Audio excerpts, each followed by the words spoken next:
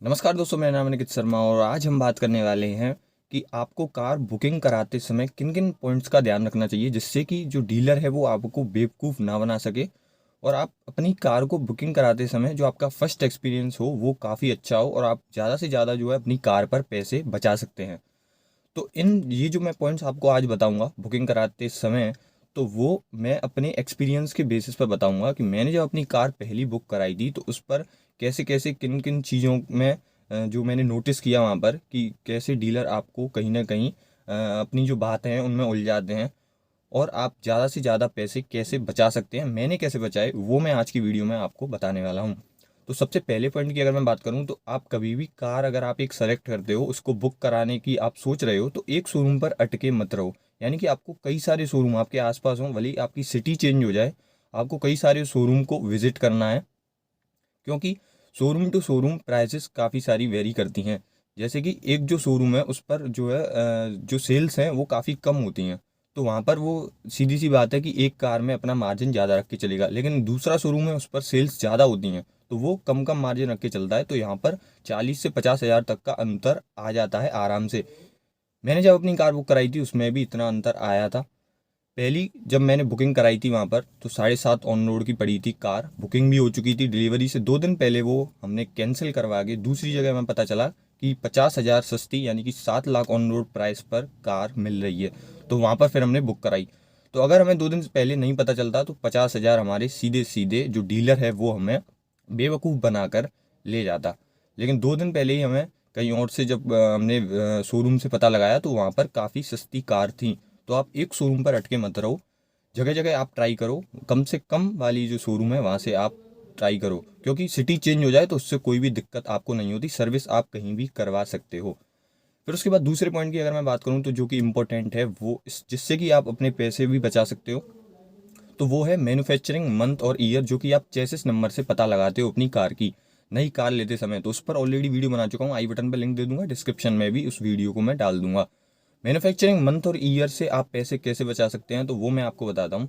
मान लो आप car book कराने गए, अब आपको जो कार है वो 6 से 7 महीने पुरानी जो है वो डीलर आपको दे रहा है, तो उस पर आपको डिस्काउंट बनता है क्योंकि 6 से 7 महीने पुरानी कार है वो उसके पास अटकी पड़ी है, तो कहीं ना कहीं वो नहीं निकली, तो उस पर आपको कम से कम 50 हज़ार 7 हज़ार वो कितने भी 70 हज़ार कितनी भी जो आप डिस्काउंट ले मतलब उस पर बनता है वो आप ले सकते हैं।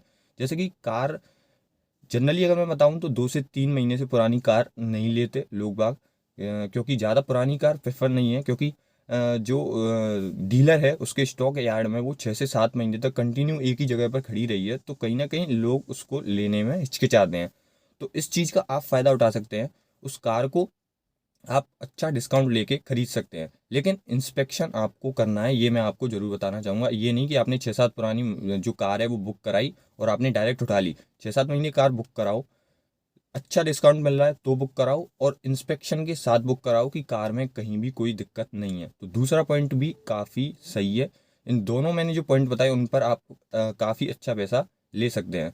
मैं ये नहीं बोल रहा आप पुरानी कार लो, 6 से 7 महीने पुरानी लो, लेकिन अगर आपको वो डीलर दे रहा है तो आप उस पर अच्छा डिस्काउंट मांग सकते हैं। फिर तीसरे पॉइंट में यहाँ पर आपको बताना चाहूँगा तो वो ये है कि कार बुकिंग कराते समय जो एक परफॉर्मा होता है उसके अंदर, तो उसके अंदर एक कैंसिलेशन चार्ज होता है, उसको आप ज़रूर भरिए। डीलर क्या करते हैं उसको खाली छोड़ देते हैं। फिर बाद में अगर मान लो आपको कार कैंसिल करवाने की ज़रूरत पड़ी, जैसे कि मैंने अपनी कार 2 दिन पहले डिलीवरी से कैंसिल करवाई थी, तो वहाँ कुछ ना कुछ गड़बड़ हो जाती है, डीलर आपके पैसे अटका देता है। तो वहाँ पर आप सिंपली पूरा क्लियर रिटर्न में कैंसिलेशन चार्ज में आप डीलर से लिखवा लो कि अगर मैंने कार बुक कराई तो कितना मेरा कैंसिलेशन चार्ज होगा, तो वहाँ पर जो चीज़ें क्लियर हो जाती हैं, वहाँ पर कोई भी दिक्कत नहीं आती आपको आगे। तो आप कैंसिलेशन चार्ज को खाली मत छुड़वाओ, वहाँ पर आप डीलर से बोलो कि हमें पूरा पूरा क्लियर यहाँ पर लिख के दो कि आप कितना कैंसिलेशन चार्ज लगाओगे अगर मैं फ्यूचर में किसी भी वजह से अपनी कार कैंसिल करवाता हूँ। फिर थर्ड पॉइंट के बाद फोर्थ पॉइंट की अगर मैं बात करूँ तो वो है हैंडलिंग चार्जेस। हैंडलिंग चार्जेस एक ऐसी चीज़ है जिस पर कि डीलर बेवजह आपसे पैसे ऐंठते हैं। वो कैसे? हैंडलिंग चार्जेस पूरा कंप्लीट क्या होता है वो तो मैं आगे वीडियो आपको बना के दे दूंगा। अभी मैं आपको शॉर्ट में समझाऊँ तो हेल्डिंग चार्जेस होते हैं, डीलर हेल्डिंग चार्जेस किस नाम से लेते हैं, यानी कि जब कार वो अपनी मंगाते हैं वहाँ से, यानी कि मैन्युफैक्चरिंग जो जो कंपनी उनको कार देती है तो अपनी स्टॉक यार्ड में वो अपने स्टॉक को रखते हैं। तो वहाँ पर कार पड़ी पड़ी रहती हैं। तो वहाँ पर मान लो डीलर का जो शोरूम है और एक स्टॉक यार्ड बनाते हैं, वहाँ पर जो अपनी कार है वो वहाँ पर वो रखते हैं। तो वो 50 किलोमीटर का अंदर है, तो वो वहाँ से इस कार को लाते हैं। तो वो फ्यूल चार्ज, क्लीनिंग चार्ज और पॉलिशिंग चार्ज वगैरह वगैरह ये सब जो भी होते हैं उनको आपके ऊपर वो लगा देते हैं। यानी कि डीलर स्टॉक यार्ड में उन कार को मेंटेन कर रहा है, उस पर जो पैसे हैं वो आपसे लेना चाह रहे हैं।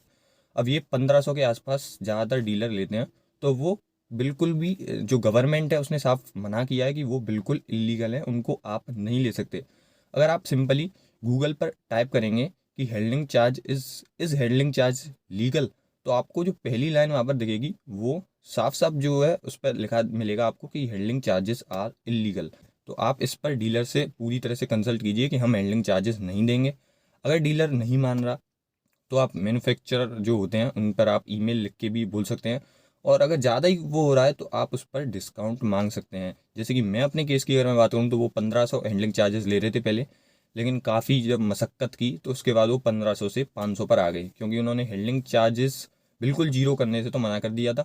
ऑलरेडी हमें कार काफ़ी अच्छे डिस्काउंट पर मिल रही थी, तो ज़्यादा फिर कुछ हो नहीं सका। तो 1500 से 500 तो हमने कर दिया, यानी कि 1000 तो डिस्काउंट हमने हैंडलिंग चार्जेस पे ले लिए। फिर उसके बाद जो अगला पॉइंट है वो है इंश्योरेंस और एक्सेसरीज। तो सबसे पहले क्लियर कर दूं मैं आपको कि इंश्योरेंस और एक्सेसरीज जो है वो आप मैंडेटरी नहीं है कि आप उस डीलर से ही लो। आप जो इंश्योरेंस है वो किसी भी डीलर से, किसी भी एजेंसी से, किसी भी कंपनी से अपनी कार का करवा सकते हैं। तो ये ज़रूरी नहीं है कि आप जिस डीलर से कार ले रहे हैं तो वहीं इंश्योरेंस कराना हो। अब जो डीलर है वो आपको पूरी तरह से फोर्स करेगा कि आप इंश्योरेंस हमसे लो, क्योंकि वो कहीं ना कहीं उनका भी उसमें काफ़ी सारा मार्जिन होता है। उनका टारगेट होता है कि अगर 10 गाड़ी जा रही हैं अब उनके शोरूम से, तो उनमें से 9 हो वो हमारी मतलब एजेंसी से ही वो जो है इंश्योरेंस करवाएं। तो फाइनेंस हो, इंश्योरेंस हो, एक्सेसरीज हो, वो आप कहीं से भी ले सकते हैं। इंश्योरेंस किसी टाइप का भी ले सकते हैं आप बाहर से। ऑनलाइन भी आजकल जो है इंश्योरेंस मिलते हैं, तो वो आप आराम से चेक करके कहीं से भी करवा सकते हैं, कोई भी मैंडेटरी नहीं है।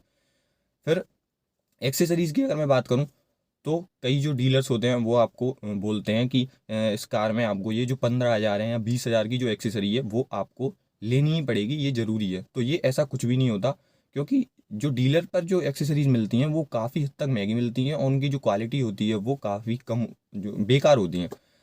ये मैं आपको पूरी तरह से क्लियर सजेस्ट करूंगा कि आप एक्सेसरीज तो डीलर से मत ही लो। 20,000 या 30,000 की एक्सेसरीज वो आपको बेवजह, जो कि उनका कोई भी यूज़ नहीं है, तो वो अगर आपको दे रहा है तो बिल्कुल भी गलत है। आप बिल्कुल मना कर दीजिए उससे कि हम एक्सेसरीज नहीं लेंगे यहाँ से। आप कैश में डिस्काउंट लेना या ज़्यादा प्रेफर करो, क्योंकि कैश का डिस्काउंट सही है। क्योंकि एक्सेसरीज में अगर आपको क्वालिटी नहीं मिले और आपको बेवजह वो ज़्यादा मतलब डबल डबल प्राइस पर लगा के दे रहा है, तो उसका कोई भी मतलब यहाँ पर नहीं बचता। फिर उसके बाद जो अगला पॉइंट आता है वो है मनी डिपोजिशन का। यानी कि जब आप कार बुक करवा देते हो तो डिलीवरी से पहले ही जो डीलर हैं वो कई सारे आपसे बोलते हैं कि आप पूरा पैसा जमा करा दो। तो ये आपको नहीं करवाना है। आप ये नहीं है कि आप बिल्कुल भी पैसा जमा मत करवाओ, यानी कि कुछ पैसा आप दे सकते हो लेकिन कंप्लीट आप डीलर को डिपॉजिट मत करो। क्योंकि वहाँ पर दिक्कत क्या होती है कि अगर कार एक बार आपके ऊपर रजिस्टर्ड हो गई तो उसके बाद आप कुछ भी नहीं कर सकते। कार वो भले ही आपसे 2 महीने पहले की बोल के रखा है, वो 6 महीने पुरानी भी हो, फिर भी वो आपको लेनी पड़ेगी। तो आपको रजिस्टर मतलब कार आपकी जब रजिस्टर हो ना तो उससे 2-3 दिन पहले आप अपनी कार का पूरा इंस्पेक्शन कर लो। अब वो कार का जो इंस्पेक्शन होता है उसको प्री डिलीवरी इंस्पेक्शन बोलते हैं। वो इससे अगली वीडियो जस्ट अगले दिन वो आपको ये जो वीडियो है वो मैं पोस्ट कर दूंगा बना के। तो आपको जो पूरा पैसा है वो डीलर पर जमा नहीं करवाना।